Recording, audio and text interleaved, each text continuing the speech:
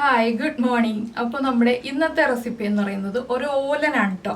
ഓലൻ എന്ന് പറഞ്ഞിട്ടുണ്ടെങ്കിൽ നമ്മുടെ ഇവിടെയൊക്കെ സദ്യയിൽ കോമൺ ആയിട്ട് ഉണ്ടാകുന്നതാണ്. പ്രത്യേകിച്ച് പൂർണ്ണത്രയീശൻ്റെ അമ്പലത്തിലെ സദ്യയിൽ ഒഴിച്ചുകൂടാനാവാത്തൊരു വിഭവമാണ് ഓലൻ എന്ന് പറഞ്ഞിട്ടുണ്ടെങ്കിൽ. അപ്പോൾ ചില സ്ഥലങ്ങളിലൊക്കെ ഉണ്ടോ എന്ന് എനിക്കറിയില്ല, നമ്മുടെ ഇവിടെ എന്തായാലും ഉള്ളതാണ്. അപ്പോൾ അത് കുമ്പളങ്ങ ഉപയോഗിച്ചിട്ടാണ് ഓലൻ ഉണ്ടാക്കാറുള്ളത്. ഇതിപ്പോൾ ഞാൻ ആ കുമ്പളങ്ങ ഓലൻ നേരത്തെ ചെയ്തിട്ടുണ്ട്. ഇന്ന് നമ്മൾ ചെയ്യാൻ പോകുന്നത് മത്തങ്ങ ഓലനാണ്. മത്തങ്ങ ഉപയോഗിച്ച് ഓലൻ ഉണ്ടാക്കാം, കുമ്പളങ്ങ ഉപയോഗിച്ച് ഓലൻ ഉണ്ടാക്കാം, നമ്മുടെ അച്ചിങ്ങ എന്ന് പറഞ്ഞിട്ടുണ്ടെങ്കിൽ നമ്മുടെ പയറ് ചേർത്തിട്ട് ഓലൻ ഉണ്ടാക്കാം. അങ്ങനെ പല രീതിയിൽ നമുക്ക് ഓലൻ ഉണ്ടാക്കാം. അപ്പോൾ ഇന്നത്തെ നമ്മുടെ റെസിപ്പി എന്ന് പറയുന്നത് ഒരു ഒഴിച്ചേറിയായിട്ടാണ് ഞാൻ ചെയ്യുന്നത്. സാധാരണ ഓലൻ എന്ന് പറഞ്ഞിട്ടുണ്ടെങ്കിൽ നമ്മുടെ ഇലയുടെ സൈഡിൽ വിളമ്പി വയ്ക്കാറാണ് പതിവ് സദ്യയിൽ. ഇതിപ്പോൾ ഞാൻ ചോറിൻ്റെ കൂടെ കഴിക്കാൻ പറ്റുന്ന ഒരു ഒഴിച്ചേറിയായിട്ടാണ് ചെയ്യാൻ പ്ലാൻ ചെയ്തിരിക്കുന്നത്. എന്താണെന്ന് വെച്ചിട്ടുണ്ടെങ്കിൽ നമുക്കിപ്പോൾ ചോറിന് കറികളാണല്ലോ കൂടുതൽ വേണ്ടത്. നമുക്ക് സദ്യയിൽ കറികൾ എല്ലാവർക്കും അറിയാം, കുറേ കറികൾ നമ്മൾ ചെയ്യാറുണ്ട്, അതെല്ലാവർക്കും അറിയാവുന്ന റെസിപ്പികളാണ്. ചോറിന് ഇതെങ്ങനെ കറിയാക്കാം, ചോറിന് ഒരു മെയിൻ കറിയായിട്ട് നമുക്ക് എങ്ങനെ കഴിക്കാം എന്നുള്ളതാണ് നമ്മുടെ പ്ലാൻ. അപ്പോൾ ഈ ഒരു മത്തങ്ങ ഓലൻ എങ്ങനെയാണ് ഉണ്ടാക്കുന്നതെന്നൊന്ന് നോക്കാം. നമുക്ക് നമ്മുടെ ഇൻഗ്രീഡിയൻസ് നോക്കാം. നമ്മളിപ്പോൾ 1/4 കപ്പ് വൻപയർ ഒരു 3 മണിക്കൂർ വെള്ളത്തിൽ സോക്ക് ചെയ്തെടുക്കുക. അതുപോലെ തന്നെ 1/4 കിലോ മത്തങ്ങ എടുത്തിട്ടുണ്ട്. മത്തങ്ങ ഇതാ ഈ ഒരു വലിപ്പത്തിലാണ് കട്ട് ചെയ്തെടുത്തിട്ടുള്ളത്. അധികം വലിയ പീസായിട്ട് കട്ട് ചെയ്യരുത്, ചെറിയ പീസായിട്ട് കട്ട് ചെയ്യുക. പിന്നെ എടുത്തിരിക്കുന്നത് പച്ചമുളകാണ്. ഞാനിപ്പോൾ 8 പച്ചമുളക് എടുത്തിട്ടുണ്ട്. നിങ്ങൾക്ക് എരിവിനനുസരിച്ച് പച്ചമുളകിൻ്റെ എണ്ണം കുറയ്ക്കണമെങ്കിൽ കുറയ്ക്കാം കേട്ടോ. കുറച്ച് എരിവുള്ള രീതിയിലാണ് ഈ ഒരു ഓലിന് ടേസ്റ്റ് കൂടുതൽ ഉണ്ടാവുക. പിന്നെ വേണ്ടത് ധാരാളമായിട്ട് കറിവേപ്പില, 3-4 തണ്ട് കറിവേപ്പില എടുക്കാം. അപ്പോൾ ആദ്യം നമുക്ക് ഈ പയറൊന്ന് കുക്ക് ചെയ്യാൻ വയ്ക്കാം. ഇതിൻ്റെ കൂടെ വേണ്ടത് തേങ്ങാപ്പാലാണ് കേട്ടോ. അപ്പോൾ ഞാനിപ്പോൾ പയർ വേവിക്കുന്നത് തേങ്ങാപ്പാലിലല്ല, സാധാരണ നമ്മുടെ വെള്ളത്തിലാണ്. നിങ്ങൾക്ക് തേങ്ങയുടെ 2ാം പാലിൽ വേണമെന്നുണ്ടെങ്കിൽ പയർ വേവിച്ചെടുക്കാം കേട്ടോ. ഇതിൽ കുറച്ച് വെള്ളം ഉണ്ടെങ്കിലും കുഴപ്പമില്ല. എന്താണെന്ന് വെച്ചിട്ടുണ്ടെങ്കിൽ നമുക്ക് പയറിൽ വെള്ളം ആവശ്യമാണ്.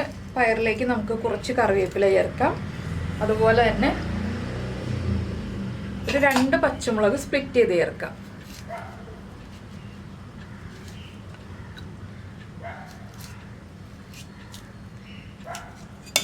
പിന്നെ ആവശ്യത്തിന് ഉപ്പും കൂടി ചേർത്തിട്ട് 2 വിസിൽ വരുന്നത് വരെ കുക്ക് ചെയ്യാൻ വയ്ക്കാം.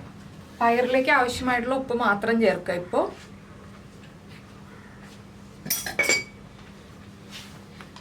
ഇനി ഞാനിത് 2 വിസിൽ വരുന്നതിൽ കുക്ക് ചെയ്തെടുക്കാൻ പോവാണ്. ഈ സമയത്ത് തന്നെ നമുക്ക് നമ്മുടെ മത്തങ്ങയും കുക്ക് ചെയ്യാൻ വയ്ക്കാം.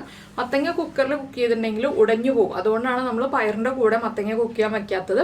മത്തങ്ങ ചട്ടിയിലോ അല്ലെങ്കിൽ പാനിലോ തന്നെ കുക്ക് ചെയ്യായിരിക്കും നല്ലത്. വല്ലാതെ ഉടഞ്ഞു പോകും മത്തങ്ങ, വേവ് കുറവായതുകൊണ്ട്. അപ്പോൾ നമുക്കിത് കുക്ക് ചെയ്യാൻ വെച്ചിട്ട് മത്തങ്ങയുടെ കാര്യം നോക്കാം.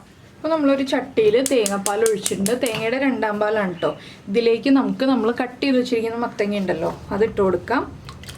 മത്തങ്ങയുടെ മുകളിൽ നിൽക്കുന്ന രീതിയിൽ മതി തേങ്ങാപ്പാൽ. ഒരുപാട് തേങ്ങാപ്പാൽ വേണ്ട. മത്തങ്ങ കഷ്ണങ്ങൾ കിടക്കുമ്പോൾ അതിൻ്റെ മുകളിൽ നിൽക്കുന്ന രീതിയിലൊന്ന് തേങ്ങാപ്പാൽ ചേർത്ത് കൊടുക്കുക. ഇതിലേക്കും നമുക്ക് കുറച്ച് കറിവേപ്പില ചേർക്കണം. അതുപോലെ തന്നെ നമ്മൾ ബാക്കി എടുത്ത് വെച്ചിരിക്കുന്ന പച്ചമുളക് ഉണ്ടല്ലോ, അതെല്ലാം സ്പ്ലിറ്റ് ചെയ്ത് ചേർത്ത് കൊടുക്കാം. സ്പ്ലിറ്റ് ചെയ്ത് തന്നെ ഇടാം കേട്ടോ. അപ്പോൾ എന്താണെന്ന് വെച്ചാൽ ആ എരിവൊക്കെ നന്നായിട്ട് നമ്മുടെ മത്തങ്ങയിലേക്കൊക്കെ പിടിച്ചു വന്നോളും. പിന്നെ നിങ്ങൾക്ക് കുട്ടികൾക്കൊക്കെ കൊടുക്കാനാണ് ഈ ഒരു കറി ഉണ്ടാക്കുന്നതെങ്കിൽ ഇത്രയും എരിവ് ചേർക്കേണ്ട ആവശ്യമില്ല, എരിവ് കുറയ്ക്കുക കേട്ടോ.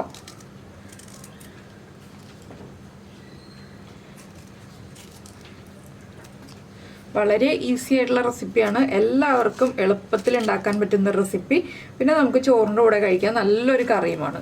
അപ്പോൾ ഞാൻ പച്ചമുളകെല്ലാം ചേർത്തിട്ടുണ്ട്. ഇനി നമുക്ക് മത്തങ്ങയിലേക്ക് ആവശ്യമായിട്ടുള്ള ഉപ്പും കൂടി ചേർത്ത് കൊടുത്തിട്ട് ഇത് നന്നായിട്ട് ഇളക്കി ഒന്ന് അടച്ചു വെച്ച് കുക്ക് ചെയ്തെടുക്കാം. മത്തങ്ങയ്ക്ക് ഒരുപാട് കുക്കിംഗ് ടൈം ഇല്ലാത്തതുകൊണ്ട് തന്നെ വേഗം കുക്കായി കിട്ടും. പിന്നെ തേങ്ങാപ്പാൽ വറ്റി പോവുകയാണെങ്കിൽ കുറച്ച് തേങ്ങാപ്പാലും കൂടി ഒഴിച്ചു കൊടുക്കാം കേട്ടോ. അപ്പോൾ മത്തങ്ങ ഒന്ന് കുക്കായി വരട്ടെ. ഇനി നമുക്ക് വെയിറ്റ് ചെയ്യാം. നമ്മുടെ പയറും കുക്കായി വരണമല്ലോ.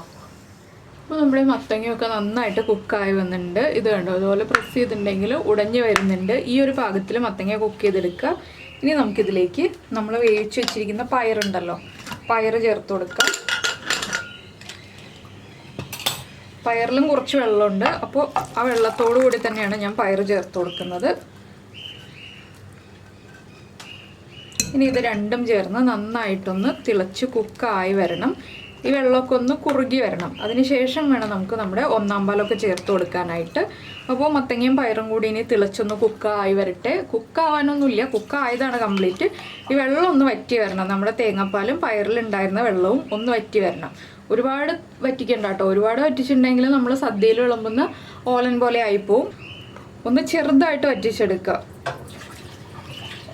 നമുക്ക് ഗ്രേവി വേണം എങ്കിലും ഒരുപാട് ഗ്രേവി വേണ്ട, നമുക്ക് ഒഴിച്ചേറിയായിട്ട് കഴിക്കാൻ പറ്റുന്ന പാകത്തിലുള്ള ഗ്രേവി വേണം. അപ്പോൾ അതൊന്ന് തിളച്ച് ഒന്ന് കുറുകി തുടങ്ങട്ടെ. അപ്പോൾ നമ്മുടെ ഓലൻ എന്താ കുറുകി വന്നിട്ടുണ്ട്, കണ്ടോ. ഇതാണ് നമ്മൾ സദ്യയിൽ വിളമ്പുന്ന ഓലൻ്റെ പാകം. അപ്പോൾ ഞാൻ കുറച്ച് മത്തങ്ങയും കുറച്ച് പയറും ഒന്ന് ചെറുതായിട്ട് ഉടച്ചു കൊടുത്തു കേട്ടോ, ഒരുപാടങ്ങ് ഉടച്ചില്ല. അപ്പോൾ ഈ ഒരു പാകത്തിലാണ് നമ്മൾ സദ്യയിലാണെങ്കിൽ വിളമ്പേണ്ടത്. ഈ ഒരു സമയത്ത് ഒരു 1/4 കപ്പ് തേങ്ങാപ്പാൽ 1/4 പാലും കൂടി ചേർത്തിട്ട് നമുക്ക് സദ്യയിൽ വിളമ്പാം. പക്ഷെ നമ്മൾ ചോറിന് കറിയായിട്ട് വീട്ടിലുണ്ടാക്കുമ്പോൾ, സാധാരണ ദിവസങ്ങളിൽ ഉണ്ടാക്കുമ്പോൾ നമ്മളിതിലേക്ക് കുറച്ച് അധികം തേങ്ങാപ്പാൽ, തേങ്ങയുടെ 1/4 പാൽ കുറച്ചധികം ചേർത്തിട്ട് നന്നായിട്ടൊന്ന് ഇളക്കി മിക്സ് ചെയ്യുക. കണ്ടോ, ഇതാണ് നമ്മുടെ വീട്ടിൽ ഒഴിച്ചുകറിയായിട്ട് ഉണ്ടാക്കുന്ന ഓലൻ്റെ പാകം. ഇനി ഇതൊന്ന് നന്നായിട്ട് ആവി വന്നാൽ മതി, തിളക്കരുത് കേട്ടോ. മൺചട്ടി ആയതുകൊണ്ട് തന്നെ ഞാനിപ്പോൾ തന്നെ ഫ്ലെയിം ഓഫ് ചെയ്യാണ്. എന്താണെന്ന് വെച്ചാൽ നന്നായിട്ട് തിളച്ചു പോകും ചൂടുള്ളതുകൊണ്ട്. അപ്പോൾ തേങ്ങാപ്പാൽ പിരിയും. ആ തേങ്ങയുടെ 1/4 പാലാകുമ്പോൾ വേഗം പിരിഞ്ഞു പോകും, 2/4 പാൽ പിരിഞ്ഞു പോകില്ല കേട്ടോ.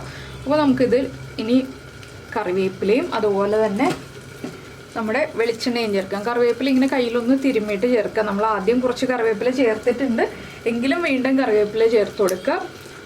പിന്നെ കുറച്ച് വെളിച്ചെണ്ണ ഇതുപോലെ ഒഴിച്ചു കൊടുക്കുക.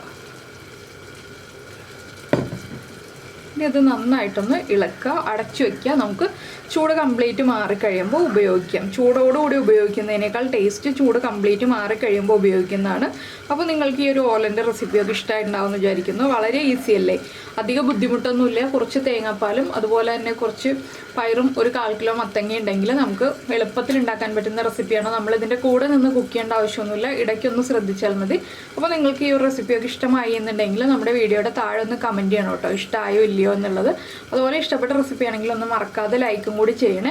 പിന്നെ നമ്മുടെ ചാനൽ ആദ്യമായിട്ട് കാണുകയാണ്, നമ്മുടെ വീഡിയോ പ്രസൻറ്റ് ചെയ്യുന്ന രീതിയൊക്കെ ഇഷ്ടമായി എന്നുണ്ടെങ്കിൽ നമ്മുടെ ചാനലൊന്ന് സബ്സ്ക്രൈബ് ചെയ്ത് സപ്പോർട്ട് ചെയ്യണേ. സബ്സ്ക്രൈബ് ചെയ്യുന്നതിന് ഈ വീഡിയോയുടെ താഴെയുള്ള റെഡ് സബ്സ്ക്രൈബ് ബട്ടൺ ഒന്ന് ക്ലിക്ക് ചെയ്യുക, അതിൻ്റെ റൈറ്റ് സൈഡിലുള്ള ബെല്ലൈക്കനും ക്ലിക്ക് ചെയ്യുക. അപ്പോൾ ഓൾ എന്ന് പറഞ്ഞിട്ടൊരു ഓപ്ഷൻ വരും, ആ ഓളും കൂടി പ്രസ് ചെയ്തിട്ടുണ്ടെങ്കിൽ ഞാൻ എപ്പോഴും വീഡിയോ അപ്ലോഡ് ചെയ്യുമ്പോൾ നിങ്ങൾക്ക് നോട്ടിഫിക്കേഷൻ വരും.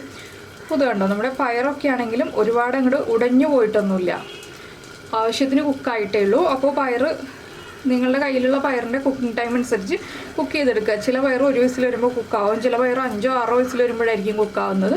അത് നമ്മളൊന്ന് ചെക്ക് ചെയ്തിട്ട് ഇതുപോലെയുള്ള റെസിപ്പികളൊക്കെ ഉണ്ടാക്കി നോക്കുക. അപ്പോൾ നമുക്ക് നമ്മുടെ അടുത്ത റെസിപ്പിയുമായിട്ട് അടുത്ത ദിവസം വീണ്ടും കാണാം.